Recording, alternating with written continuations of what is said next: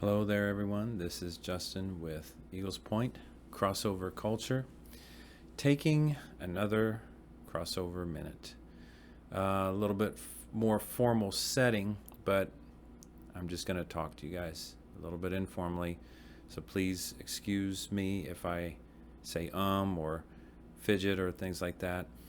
Um, there's my first I'm not trying to be completely cookie cutter and crisp and everything with some of these videos. I just want to talk, just sit down with you and talk with the various things that I share. Try to keep them within a certain time frame. Can't always promise that depending on what the topic is or what comes to heart when recording. But I will say this. With this particular topic, friendship in relationships. Um, this type of thing we could probably talk for some hours on. There's a lot of things that could be said and have been said in various ways, but I don't want to take this one too long because sometimes the psychology of what is supposed to be mostly an art and just pure connection with someone and chemistry on the important levels. Sometimes we can overanalyze and dissect it too much on a level that wasn't ever intended to be taken. Now that being said, there is a place for diving in deep. But let me just try to be as concise with this as possible. Friendship in relationships. This topic has been in my heart this year, particularly because I've had various conversations with people about relationships and about friendships, either having friendship before or where is the place of friendships in relationships, how and when and where is it supposed to develop if it wasn't already there before the relationship, the beyond friendship part of the relationship began. Let me just clarify, when I say relationships, I'm talking about special relationships, the ones that lead to romantic, or marriage and that type of thing. So let's, I just want to bring a point of clarification on the topic of friendships in relationships in the sense that we, at least myself and people I've talked to in the past over the years, have oftentimes thought of special relationships as separate from friendship. As a matter of fact, as we all know, the term friend zone, which people don't like to be considered in when they're interested in somebody, we particularly, especially differentiate being just friends with somebody and differentiating that between that and having a special relationship or a relationship beyond friends. And again, so I'm just going to call this a relationship for the sake of brevity for the remainder of this video. Friendship and relationship, okay? So, but my observation amongst the Word of God, amongst observing people, including some of the good and healthy relationships and marriages that I've seen over the years, and with some experience of my own, both good as well as bad, failure as well as successes. My observation is that friendship is not supposed to stop when relationship starts, when courting or dating or whatever mode of pursuing a person or two people pursuing each other is called.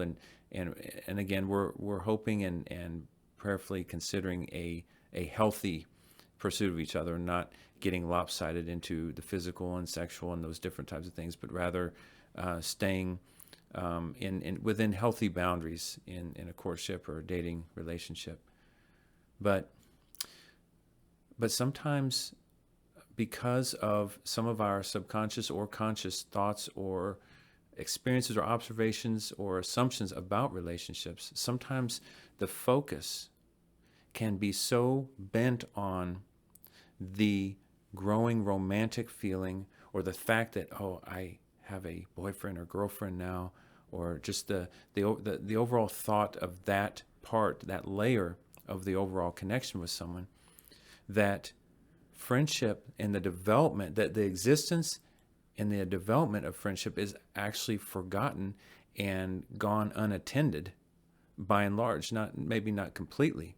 But what I'm saying is that if we are in a relationship, it doesn't mean that the friendship part stops developing or just kind of sits there on a base and then we just do everything else on top of that friendship, but neglecting to continue to build and dig and broaden and deepen the friendship itself. Because I believe, it's my belief that friendship is a foundation of a healthy relationship. And the stronger, the deeper, the broader that it is, the more lasting and the more stable not only the entire relationship is, but everything that is built on it has a broader place to operate in and to build on and to work from and to grow up from.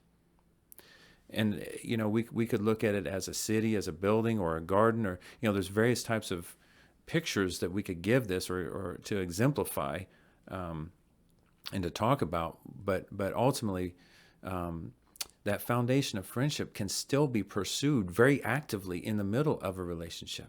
As a matter of fact, I believe that it's such a healthy approach that it keeps us balanced in our overall development of intimacy spiritually and eventually through the soul and eventually, physically, obviously consummated in marriage. But it helps facilitate the inside out growth and development of the relationship, of the intimacy. It helps keeping us from being top heavy, where the physical comes first or is predominant, and it gives us the chance to continue to grow with that person in the context of respect and honor and really cherishing that your companion as a person, and not just as someone that makes you feel good or someone that does things for you and gives you euphoric feelings and whatever. There's going to be the time and place for that, especially particularly in the context of marriage, for the physical expression of the intimacy that you can grow and develop within. And here's the other thing: as a single person, this is true as well. But in the context of a relationship outside of marriage, you can have intimacy with that person within healthy boundaries without having to have sexual touch and contact and all those different things. You can have, there's even a way to have healthy, limited physical contact that is not sexual but is still a healthy version of affection, in as much or little as both are comfortable with their boundaries and that they're able to keep themselves within purity. But the point is that the intimacy, true intimacy, is it comes from within. It comes within our spirit and it comes within our heart and soul. It's not physical. Two people can have sexual relationship or encounter with each other without experiencing true intimacy. It could be just purely fleshly. Now, of course, we can say, well, that was physical intimacy categorically, if you want to call it like that.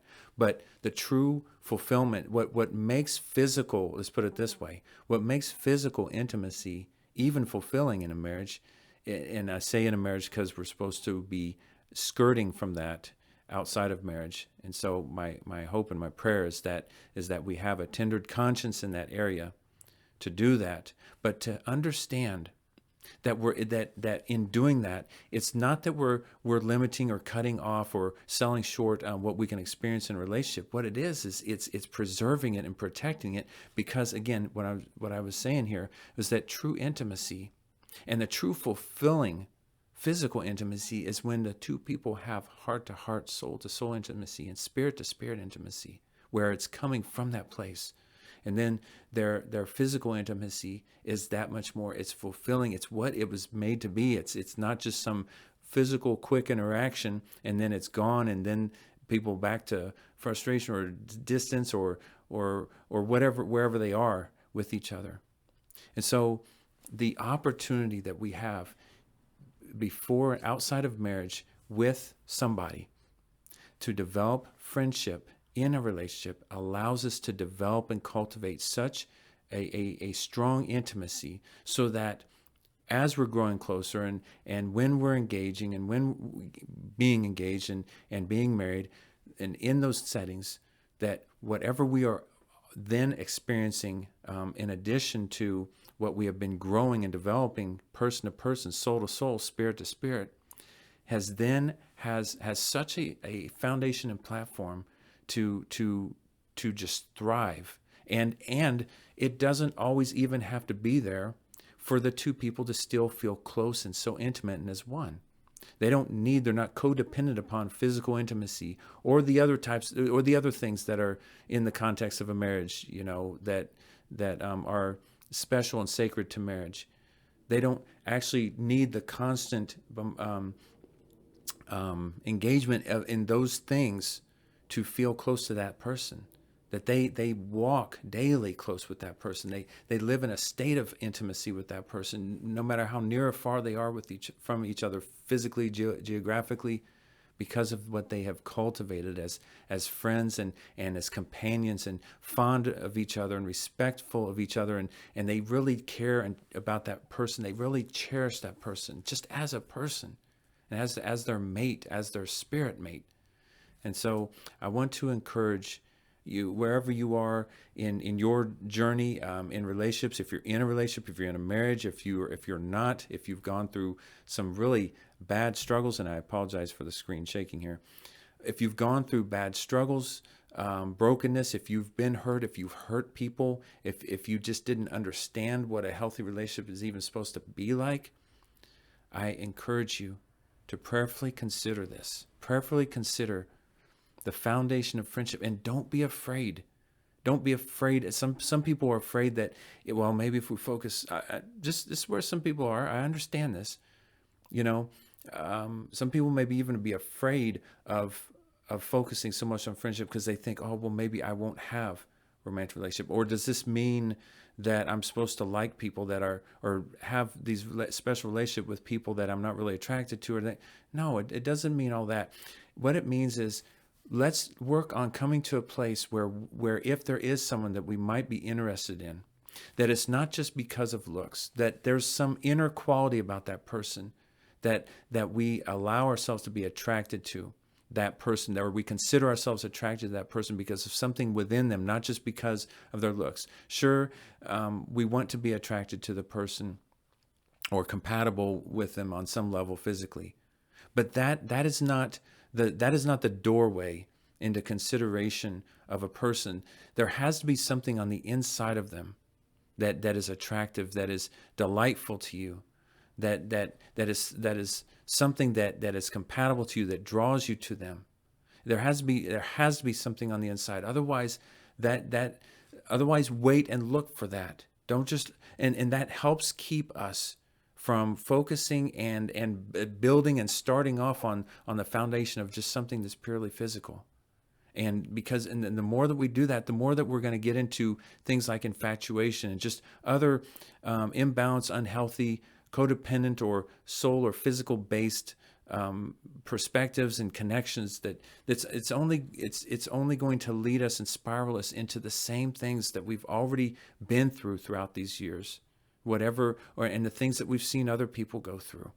And that's not what we want. We don't need that again. We need something different and new and right, balanced with the right foundation. So I urge you, I challenge you, consider where you are in your journey when it comes to relationships and your assumptions and your beliefs and your experiences and your habits, your vulnerabilities, your tendencies. Think about the areas where you feel like you find addictive nature, or where you just seem to default into a certain mode when you're in a potential dating situation, as opposed to how you are with friends and other people. Think about the difference with the way that you respect people that you're dating as opposed to your friends, your family. Is there a difference? Are you focused more just on their physical looks and how they make you feel? Or do you really care about that person as a friend, and even potentially a best friend? Like, do you really care about them and how they feel more than how much you care about the way they make you feel? I bless you in the name of Jesus. May you be stirred and encouraged and inspired. Until next time, Justin.